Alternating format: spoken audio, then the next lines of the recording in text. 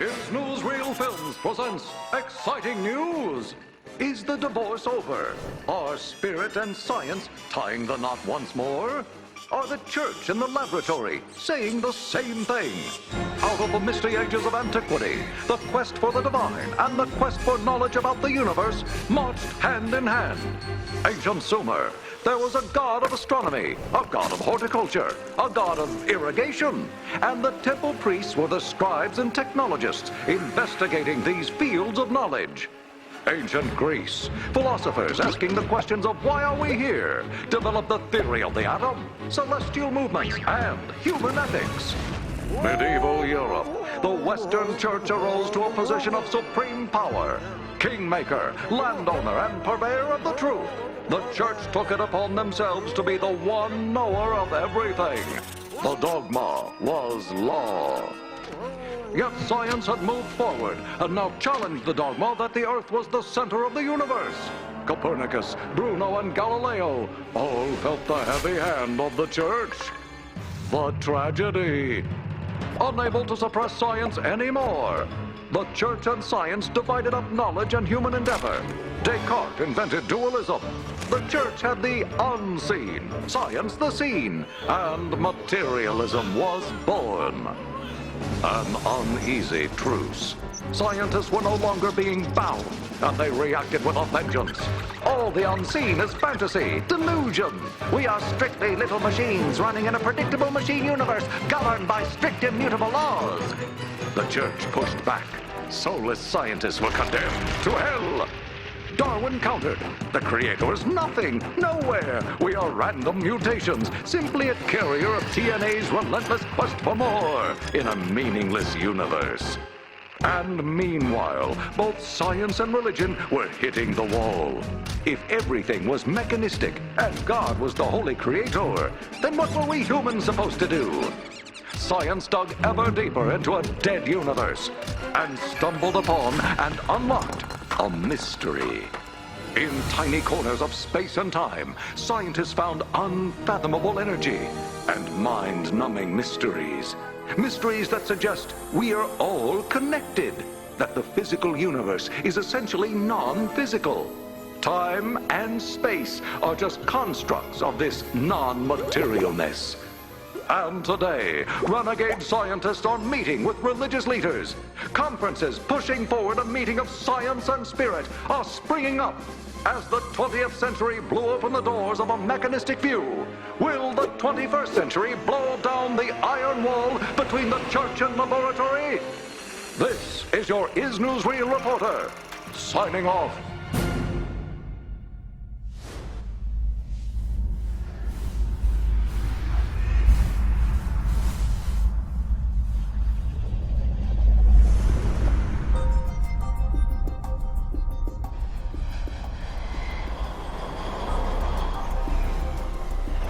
The rabbit hole and how deep and how far we want to go is really how much do you want to discover about your true nature? Alice went down the rabbit hole where she met the Mad Hatter. Hatter was mad, and the idea was you want to get out of the rabbit hole after you've gone in. So there's two stages to science. There's the crazy part where you go down the rabbit hole, and then there's the part where you check craziness of your ideas against a rigorous, strict, straitjacket-like process. I think the interesting thing about science, the interesting thing about physics, is that it is a genuinely new and novel way of trying to come to grips with the world. I think the experimental method, which is important to physics, is a very different business from the method of revelation or the method of meditation or something like that. I don't think it's true that, for example, adherents of, say, Buddhism could imagine changing their beliefs based on the outcomes of some experiments people do with electrons.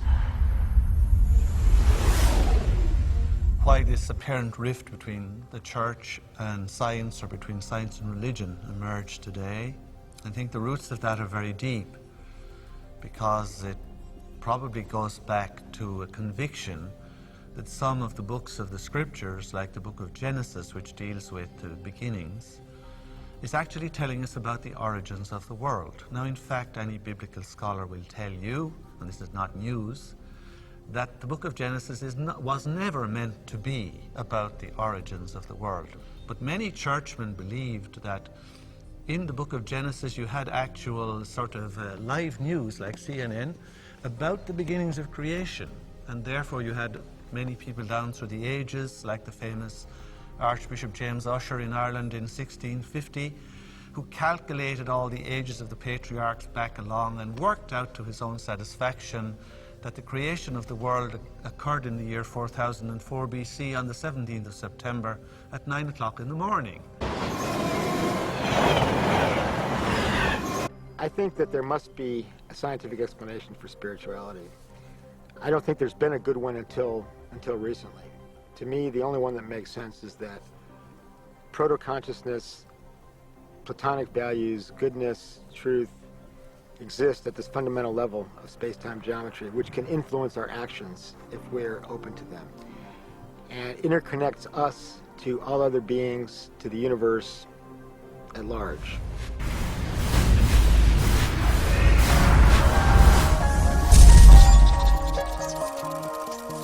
It's time to get wise.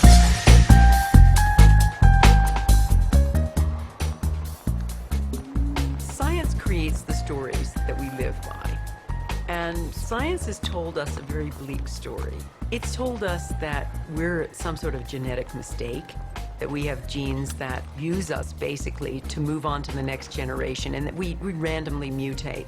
It's said that we are outside of our universe, that we're alone, that we're separate, and that we're this sort of lonely mistake on a lonely planet in a lonely universe. And that informs our view of the world. It informs our view of ourselves. And we're now realizing that this view of separateness, is one of the most destructive things. It's the thing that creates all the problems in the world.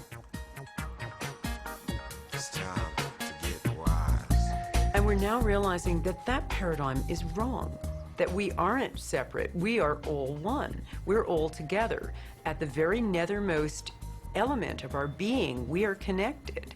And so we're trying to understand and absorb what are the implications of that. What does this really mean to me in my life? We need a new spiritual milieu. We need a new spiritual way of understanding the nature of what it is to be a human being. Because the old ways, the old mythologies, the old monarchy, king, God, versus the old lawful scientist way of doing everything are dead. They need to be buried. We need a new realm, a new vision. And I think quantum physics, if anything, could help us get a step up in the right direction. I think the key aspect of the new paradigm, at least in medicine, which is my little piece, is that consciousness is real and has an impact. We have to go beyond our senses to create a new paradigm.